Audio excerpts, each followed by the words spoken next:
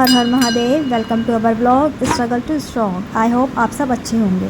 सुबह के बज रहे थे 5 बजे मैं उठकर नहा धोकर और सुबह 5:30 बजे ही मंदिर चली गई थी आज, क्योंकि आज मेरे छोटे बेटे का बर्थडे था, तो मैं इसीलिए सुबह सुबह ही मंदिर चली गई। तो 5:30 बजे मंदिर बंद था, तो मैंने ही उसके गेट ओपन किए, लाइट वगैरह जलाई, क्योंकि साफ़ सफाई करने के लिए हम जाते हैं सुबह। तो तब मैंने ही माता रानी के सबसे पहले दर्शन किए।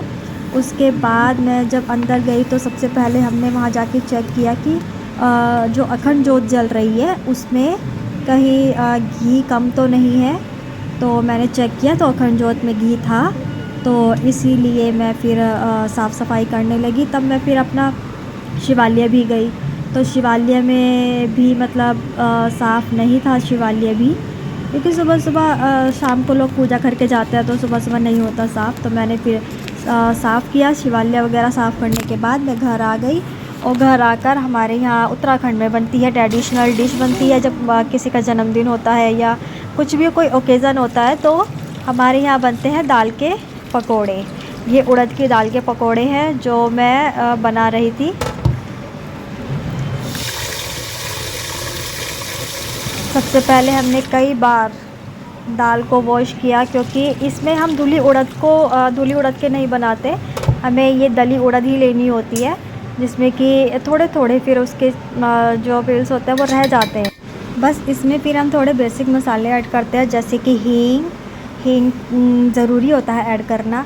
हींग के साथ हम इसमें नमक डालते हैं, नमक, हल्दी और मिर्ची, हल्की हल्की सी मतलब मिर्ची डालते हैं उसमें। बाकी थोड़ा थोड़ा हल्दी इसलिए डाली जाती है कि उसका कलर आ जाए। और बस फिर हम इसको पीस लेते हैं, और ज़्यादा बारीक नहीं पीसते हैं क्योंकि उससे पकोड़े नहीं बन पाते हैं। पीसने के बाद हम इसको एक अलग बाउल में निकाल देते हैं, और इसको थोड़ा फेंटना भी होता है। फेंटने के बाद हम तेल गरम करते हैं, तेल को हमें हाई फ्लेम पर गरम करना होता है। उसके बाद हमें एक पॉलीथीन की आवश्यकता होती है, कि पॉलीथीन में मैंने सुबह दूध गर्म किया था तो मुझे यही पॉलीथीन मिल गई थी। मैंने इसमें फिर इस प्रोसेस के साथ इसको बनाया जाता है, जो कि उत्तराखंड की ट्रेडिशनल डिश मानी जाती है, जो कि हर फेस्टिवल हो गया या किसी का बर्थडे है या एनिवर्सरी है उस पर मतलब हर घर में ये बनती है, क्योंकि ये बहुत शुभ मानी जाती है उड़द की दाल की पकौड़ी। और फिर इसको हम गरम तेल में फ्राई कर देते हैं। मेरा हाथ थोड़ा सा डीप हो गया था ऑयल में, बट जला नहीं था। फिर उसके बाद उसको हल्की सी थोड़ा सा मतलब गैस को थोड़ा सिम कर देते हैं, उस आंच में पकाते हैं।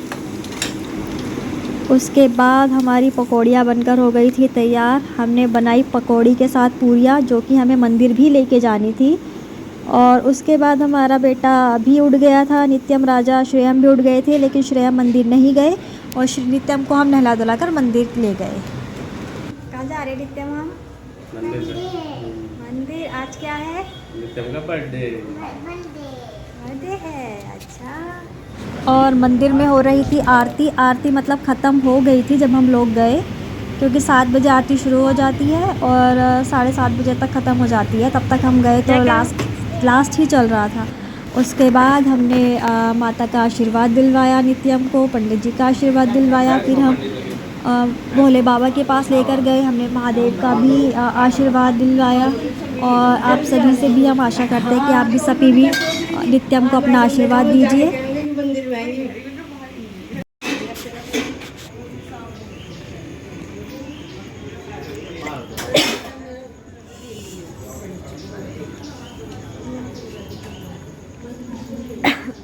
श्रेयम को हम नीचे मंदिर लेकर नहीं आए थे, क्योंकि उसको फीवर था, तो हमने उसको सुबह नहलाया नहीं था। क्योंकि हमने उसको पूछा था, उसने कहा मैं नहीं आऊँगा, तो हम इसलिए उसको लेकर नहीं आए। और हम फटाफट अपना पूजा वूजा करके जल चढ़ाकर हम लोग आ गए, क्योंकि बच्चों ने स्कूल भी जाना था। तो हमने घर आकर फिर प्रिपरेशन की, बच्चों को स्कूल के लिए तैयार किया। बच्चे अपने पापा के साथ स्कूल के लिए निकल गए थे। बर्थडे का सेकंड पार्ट शाम को आएगा।